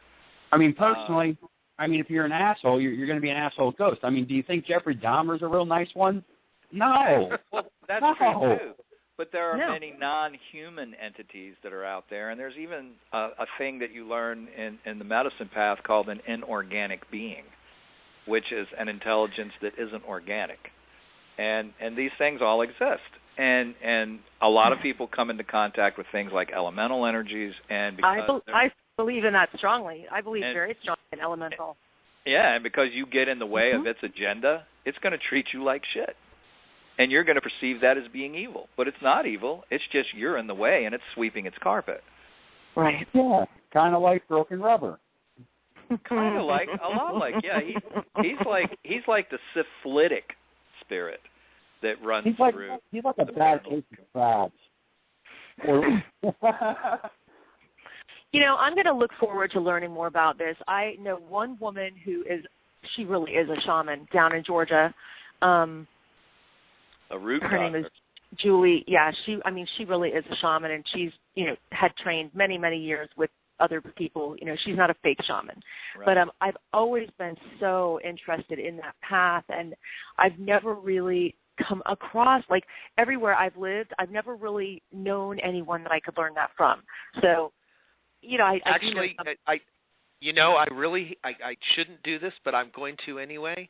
An awesome book for you to read would be a book entitled Sky Above, Earth Below. I've heard of it.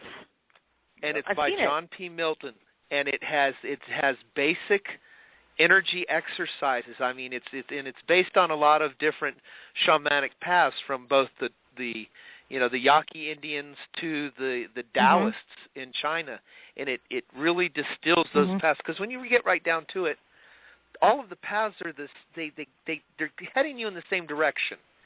It's just there's different ways you walk it. Right. And that if you're really interested in it, that would be a wonderful book for you to pick up and I would love it. I mean, especially out here in the West, they have these things called sugar pines, and I have become the most incredible tree hugger, because you hug that pine tree and you breathe in, and all you smell are grandma's sugar cookies. Nice. I'm very earthy. I mean, I'm going to like this book. I'm sure I'm going to have questions. Just don't wipe your ass with the pine cones. They don't feel good. Yeah. Well, no, you're supposed to use corn cobs. See, you have a white corn cob and you have a red corn cob, and you have one white and two reds. See, and what you do is you use the red one first, and then you use the white one to see if you need to use the second red one.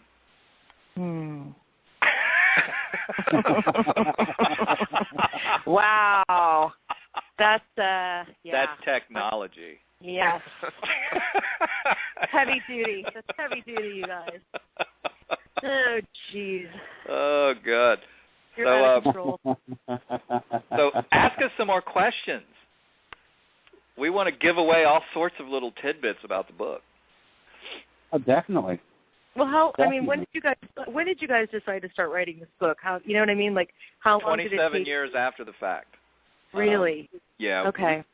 We knew after we finished the experience, that there was no way we could write the book then, for a lot of reasons. Okay. Right, Robbie? I mean, the biggest reason being that they would have locked us up in a loony bin. Yeah. Well, yeah, I could see that. You know, back in the 80s, absolutely. I can absolutely see that. You know, if that's when you guys first went there, was it in the 80s? How many times did you go back to this location? Was it just the one time, or was it, for multiple times over a period of years? No, it all took place in a 3-month period. That's okay. So 3 months. Okay. Yeah, and Robbie, go ahead and sort of go through that, because you were the person that experienced it from the wild-eyed wonderment perspective. It was interesting because we only really went on the property 3 times. Yeah. Oh, wow. And everything we had to do after the 3rd time was we had to do remotely, because after the 3rd time the landlord was done with us and did not want us there. His spirits and guardians did not want us there, and he told us if we ever came back again, not only would he call the police, he'd sick his spirits on us. But it was a little too late by then. They already had our scent. Yeah, they were already on us like stink on shit at that point. So, wow. I don't know what he could have done to make it worse. So you guys continue researching that without going there, but what happened with the spirits? Now you're making me want to know about that. Like, it was interesting. One of the first things, our second encounter with the house and the property, at the very end of the night after we had witnessed a possession, and we had seen some very, very interesting things. The landlord came up to me. His name was Clevis. He was definitely just a stereotypical redneck, wearing those coveralls and the hat that Bear Bryant used to wear. It was one of those, but it was brown, and it wasn't the checker. It was just brown, and had the big chunk of chew in his mouth. And he came up to me, and I swear to you, he knew where he was in that yard, because all of a sudden there was just a strip of light across his eyes, and he looked me in the eye and he said, "I can conjure demons. Can you?" And my response, of course, was, a fucking demon? Thank you. That was pretty much my response. I do not want to. Wow. But he looked the most stupidest question of the night award. The dumbest question of the evening. Oh my His Lord. response to that though was, "But that's not what I asked you. I asked you if you could. I can." And the rest of the evening from there kind of went downhill. Wow, that's weird. Yeah. Party time was over at that point. I'll bet it was. Yeah, it was time to put the beer cans down and run for your life. So I was going to say, that would have scared the shit out of me. So, yeah. Yeah, and that was a mild part of the story. We actually had to tame the book down. Really? And not include, we cut 10,000 words from the manuscript. The publisher limited us to 68,000 words, and the end book was 78,000 words. So we had to cut a lot of stuff out of the book, and we had to tame down a lot of it because the publisher's like, people aren't going to believe this, and we were like, we don't care. It's a good story. And it is a good story. And if you read it and you don't believe it, that's fine. But enjoy the story because it's a good story. But I can tell you that it was real for everybody that was involved in it. And we weren't the only two that it was real for. We had other people involved in this. People came and went in this process, this 3-month process. Henry Loikason, for example, who obviously not his real name. His name was changed as well. Henry was a recovering alcoholic, hadn't had a drink in years. And he had an encounter that he drank an entire bottle of Jack Daniels and walked out of my house sober as a judge. That's what it did to him, and he never got involved in it again. He walked out. Wow. He literally, the demon paid him a visit. The demon paid him a sexual visit. Oh, God. And he didn't want anything to do with it again. And while we portrayed that sexual experience very graphically, it is very much tamed down from the reality. Oh, wow. So, and I'm in a sex scene. I'm in the first sex scene of the book. Thank you very much. Yep. I'm very proud of my prowess. And there's an interesting story. When we were writing the book, Robbie, I had never told Robbie that I had had a sexual encounter with Penelope. And I had forgotten it. But in the process of writing the book, things started coming back to us. And we were working one night online, and then we were chatting back and forth about stuff, and I just went, oh, my God, you're not going to believe this. And Robbie was like, what? I said, I never told you this, but I had sex with Penelope. And Robbie was like, what? I, for one, am going to skip right to that part when I get there. It was like having sex with Grandmama from the Addams Family. Yeah. You know, you might not want to skip right to that part. Yeah, there's a certain amount of preparation for that scene. Wow. And it may get burned into your memory for a long time, and that could be just really bad. Yeah. Oh, damn. I don't know. Jodi has read my book, so I'm sure she's got a lot of bad images embedded in her memory right now. But there were things that occurred though that didn't get put into the book just because it was too much. I mean, as it is, it's a rocket ride. We had written in breaks for the reader, where we had dialogue, where we talked about life, the universe, and everything in between the intensity of the story. Right. We had to cut all that out. So there's no break. Now, and they were real breaks. They were times when we had to each other that we could discuss some of the things we were dealing with. We had to cut all that away. So now you come in, it takes off, and it's a rocket ride till the last page. And although we did keep the humor. We did. We had to keep the humor because that's what kept us alive. Oh, yeah. And we talked just like we did in the 80s. So the dialogue is extraordinarily accurate for the times. For example, I drove a black van with a spoiler on it and lake pipes. It was a Ford Econoline van with a 351 Cleveland V8 in it. And it was locked up. I mean, I could kick it up on two wheels going around a corner at about 114, 15 miles an hour. While it was in passing gear in the automatic transmission, this van would go. And Robbie called it the Mr. T van. It was either the Mr. T van or the big-ass black van. Yeah. Wow. So, the A-Team was a popular TV show then, you know. Yeah. Oh, yeah. And it was the Mr. T van.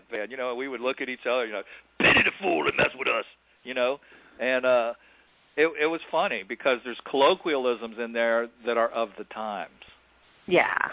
So people are going to read it and they're going to go, what the hell are they talking about? You know? Unless you're old like me, then you'll know. Yeah, if they're older, they're going to connect to it. Younger people reading it are going to look at it and scratch their head and go, what the hell does that mean? You know, it's like when you see WTF now. If we would have seen WTF in 1985, we wouldn't have known what it was. Right. You know? It's a colloquialism. I just seen a documentary on you know, all these whatever the fuck you want to call them. I have no idea, but some of them have actually been around since the early 1900s, like WTF. Did you know that what the hell is it? The President Truman actually used that in one of his speeches. I did not know that. Yep. That's what you get. That's what you get when you have a president that owns a haberdashery. So. But that's me. I look up useless information. Yep. Well, you never know when it comes in handy. It's not making me bucks. My favorite part of the story was when I took. See, part of it is a journey for Robbie where he gets taken to different places around Gainesville that are places of power. Because I have to make Robbie accessible to power. So I took him to a graveyard near Micanopy. It's a very, very old graveyard. And the fourth, I think, governor of Florida is buried there, Madison Stark Perry. No, actually, the second governor of Florida. Okay, the second governor. His name is Madison Stark Perry. And 3 cities in Florida carry his name. You've got Madison, you've got Stark, and you've got Perry, Florida. So 3 cities were named after this guy, and his grave is the predominant grave in this creepy old, surrounded by cypress trees. And Robbie, pick it up from there because you experienced it. You know, it was really cool graveyard because the 3 sides of it were nature preserve. And in Florida, cool. you know, in Florida you get the big, yeah, exactly. You get the big oak trees that will just filter out the light. And Spanish moss so you, hanging. Yeah, creepy. About that. Yeah. Well, I thought it was actually a really nice place when we first went into it. I like how you qualify that, when we first went. And because as you went, it dropped down lower and lower, and when we finally got way back into the back corner of this graveyard, Dave points to this one stone that's kind of set off a little bit from this, looks like a family plot, and it's a poured concrete gravestone that somebody scratched "not dead" into the stone. That's it. No name. Weird. No name. Yeah. No nothing. A hand-poured stone, and it was a small stone, very small stone, almost like a child's stone, and it was at the very, very back of the graveyard near a gnarled old tree. And go ahead, Robbie. Yeah, I mean, not dead. So Dave looked at me and he said, "Touch it." And, you know, as you read the book, you're going to find out sometimes I'm really not all that bright. Oh, no. I reached out and touched the stone, and I'm an electrician. That's what I'm, an entertainment electrician. I know I've been zapped so many times that the feeling is quite familiar to me. It shouldn't be, but it is. And I pulled my hand away from that stone and yelped. And I pulled a 3-foot blue-white arc with my finger. It was, and then I turn around, and I can't see Dave anywhere. So I am now really freaking. And then I look down, and he's laying on the ground, doubled over, tears running down his face, laughing so hard he can't stand up. Oh, my God. The look on his face was oh, my priceless. God. I mean, he looked like Larry from the Three Stooges. His hair was like all straight, standing out. And Robbie had long hair back then. Oh, so wow. He looked like Einstein. I mean, his hair was all standing out like Bill the Cat from the shock. Oh, my God. Now, the interesting thing is, we went back there again with somebody else. And while there was no way they could even get me near the stone, somebody else touched it and had absolutely nothing happen. Wow. Yeah. Interesting. Yeah. So it was, and you know, it was, that's the kind of thing that I was very, very upset to begin with. But by the time we got back home, I was laughing my ass off. And that was one of the really amazing things about this whole situation. My wife still talks about Dave and I coming back to the house, both of us shaking, both of us white, and both of us just laughing so hard because again, like Dave said, it's how we kept our sanity, was finding the humor in it all. Exactly. No, I think you have to in any frightening or even dangerous situation. That's one way to definitely keep your wits about you, for sure. Well, there was one instance, for example, when the demon appeared in Robbie's house. Oh, wow. And he appeared as this cold, black hound. And the eyes were very supernatural looking. And I'm going to let Robbie relay it because I got the phone call. I wasn't there. Wow, and it was actually inside the house. Yeah. In the middle of the afternoon. And do you know what a Florida room is? Yeah, oh yeah. I grew up in Fort Lauderdale for years, so we had one. Exactly. In our Florida room. Here's this thing that's milky black and kind of shifting, and the eyes weren't flat black. They were a sucking black is the only way truly to describe it. As you'd look at them, you'd actually get pulled towards the thing. And it was just sitting there in my Florida room looking at Penelope and I. And I can tell you what, that was, I'm sure, an interesting phone call from Dave's end when I finally got him on the phone, because I was pretty freaked out. It sounds like you described my ex-wife. Yeah. And all four of my ex-wives put together. That explains it. Now I know what happened. Yeah. So I get this call, and Robbie's like hyperventilating on the phone. I'll bet. And he's telling me that he's got the demon in his Florida room. And I'm making a joke, I'm like saying, well, maybe it's the Fuller Brush Man or whatever, And he's like, it's not funny, He's freaking out. How big was it? How long did it stay there? I have questions about this. Well, it was, I think if you look at the size of, say, probably about 110-pound, 120-pound dog. Okay. Built like my ex-wife. Yeah, there you go. It sounded more and more like her, right? Yeah. It is. I'm almost convinced that you have experienced the same thing I have. Yeah, it was definitely demonic. So. Definitely. Yeah. Oh, it's killing me. So. And go ahead. Oh no! Is that Dave had previously given me some corn and told me that it was sacred corn, and I was like, okay. And I just happened to still have it. He told me to go and grab 13 kernels of it and come back and throw it at the dog. Okay. And that actually, I came back and I've had a lot of martial arts training, so I understand and the use of it. Wait. Oh, go ahead. You missed an important part of your dialogue. In the book, Robbie says, so I picked out the plumpest, juiciest kernels. I figured whichever ones looked the best, that those were going to be the bestest. So yeah. They were going to be the strongest because they looked the best. You guys are hilarious. You guys are killing me. You have to do it, though. I mean, this is how you have to live the path. It's a way of life. And if you don't laugh at yourself and laugh at the situation, you will be consumed by it. So this is a natural defense mechanism. And Robbie wrote in the book, and when I read it, because we had never talked about that, he sent it to me, and I'm reading it going, so I got the corn, and I went through, and I picked out the plumpest, juiciest, most powerful-looking kernels.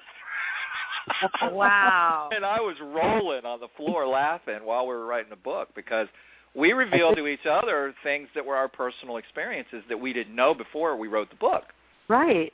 So a lot of things came out in the writing process that educated both of us. I think you made Jodi a little moist. Yeah, well, that's one of the side effects of the book, by the way. I want to know why you're thinking about that, Jason. Because he's got a hole in his pocket. That's why. Oh, good.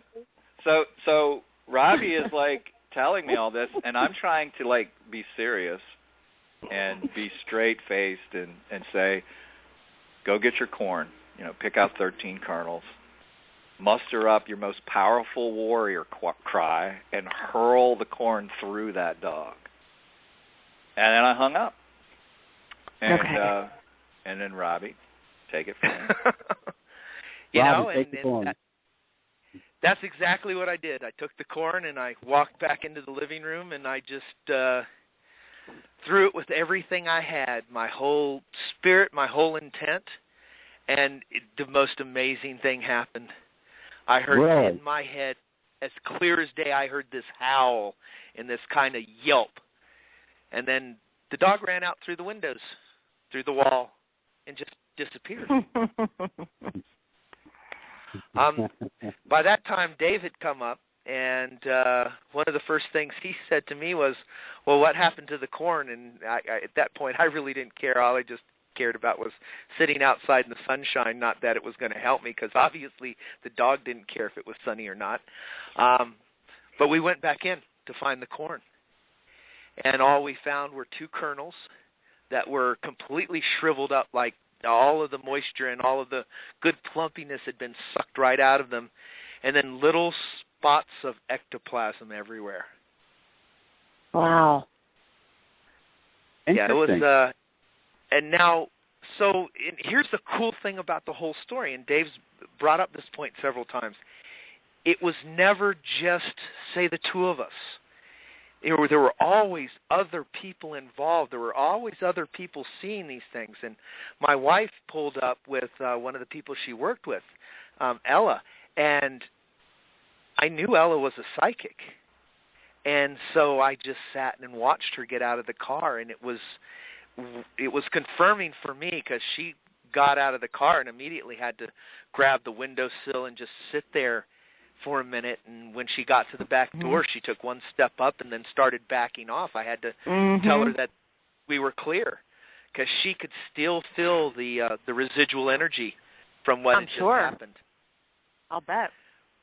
But it was nice to get that confirmation, to have somebody else who was not there, not involved in it, going, you got a problem. So yeah, exactly. Yeah, that was like the biggest understatement of the century when she said that. It's like, really? We do? But we went to a psychic fair in the process of trying to determine how to get rid of it. And because we didn't have a book, there was nothing written about how to get rid of this sort of thing. I had never gotten rid of it before on my path. Never encountered anything like it before. So there was a funny moment when once Henry had left, someone entered in to take his place, and that was Stephanie, who was like this little hippie kind of Earth Mama type witchy poo. And she was making light of the whole thing when she came over to my house, and, I don't believe in demons, and blah, blah, blah. And I said, well, it doesn't make them any less real. And so when she finally dawned on her the seriousness of the situation, she says, well, how many times have you dealt with this? And I looked her straight in the eye, and I said, never. And that's when it hit her that we were blazing a trail here. And that's when she sobered right up and became the straight little hippie girl with a serious look on her face, when not dancing around flipping flower petals everywhere, But at that point, I mean, we were in a situation where we didn't know what to do. So we were on a journey. And part of the book is the journey to discover how to deal with this. No Google now, so we can't Google anything. We got to go talk to people.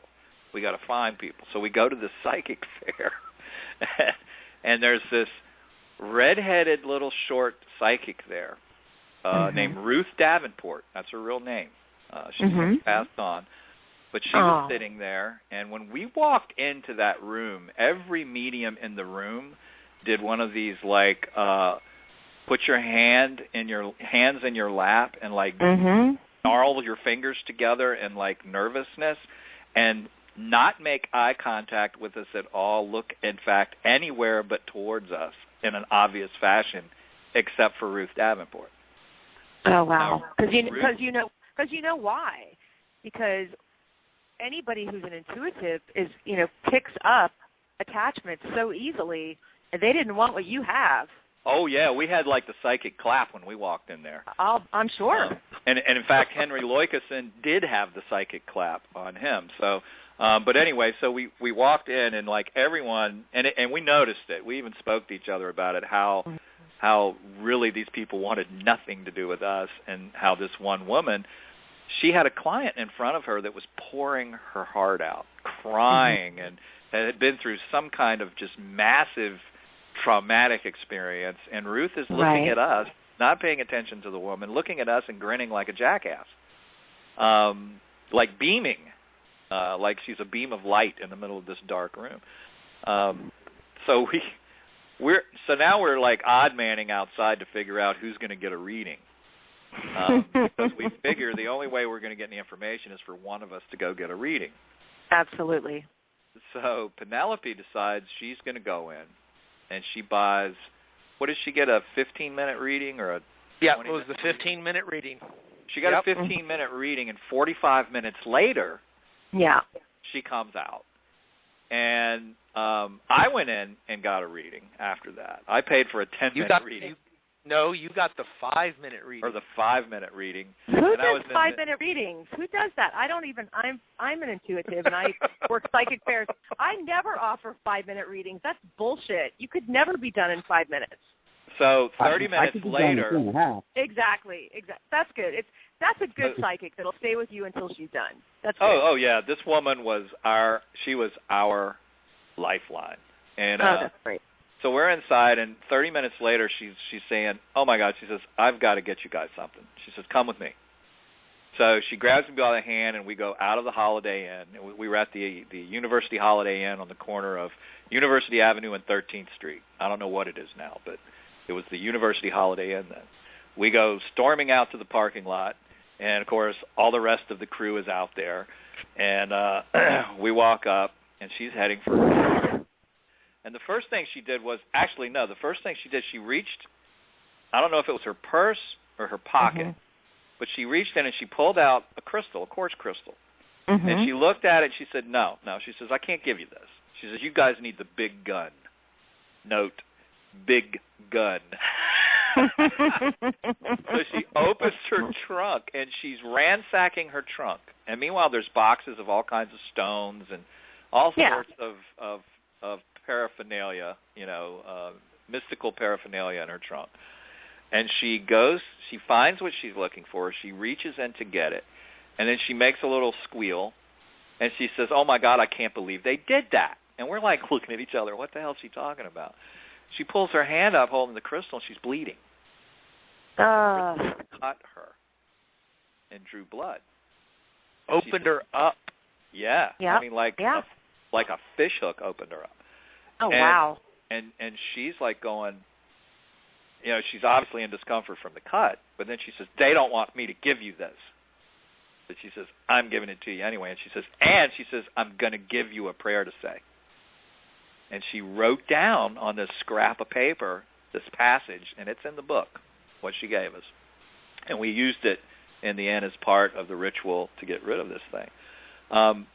But the crystal has its own story. We had to, the first thing she said is, "You've got to purify this crystal." Of course. And she said, "You need to use, what did she say? Sea salt water? It was salt sea water. Salt. Or salt water. Or spring water. No, she never said the spring water. That was one of those that just popped into my head. Ah, okay. And we knew that was where we needed to go. Right. Is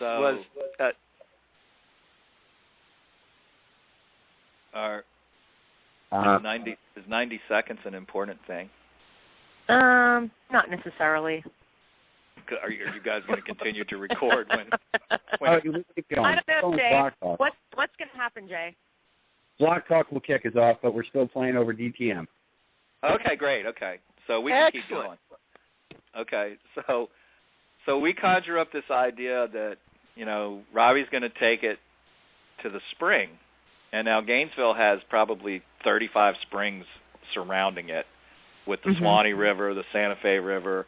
You've got all these rivers converging around Gainesville, and they're all spring-fed rivers. Yeah.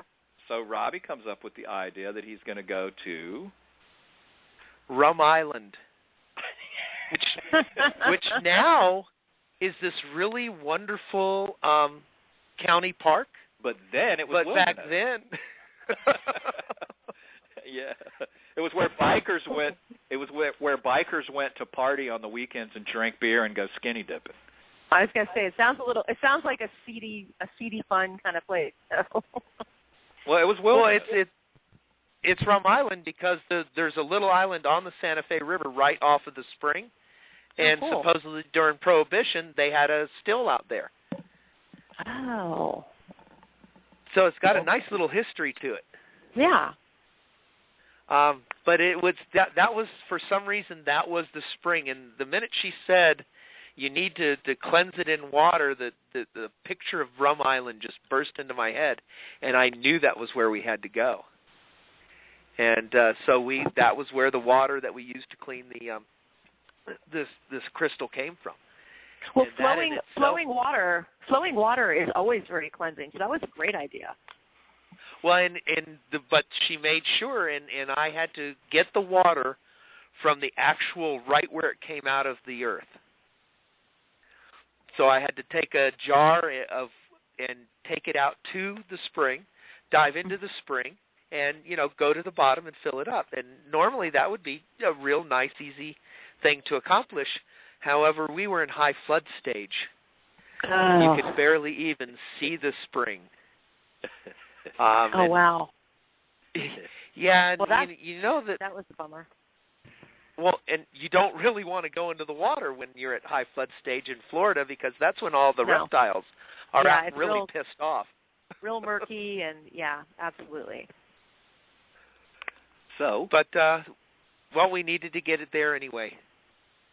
So I went ahead and threw on a mask and fins and took my bottle of water and swam out to the spring and filled it up. And the minute I sealed the bottle, I heard in clear as day in my head, "You got your water. Now get out." And I have never been able to replicate the Jesus impression I did that day. He walked on water. I really did. I shot to the top of the spring, and in the fins and everything, I tried to walk on water.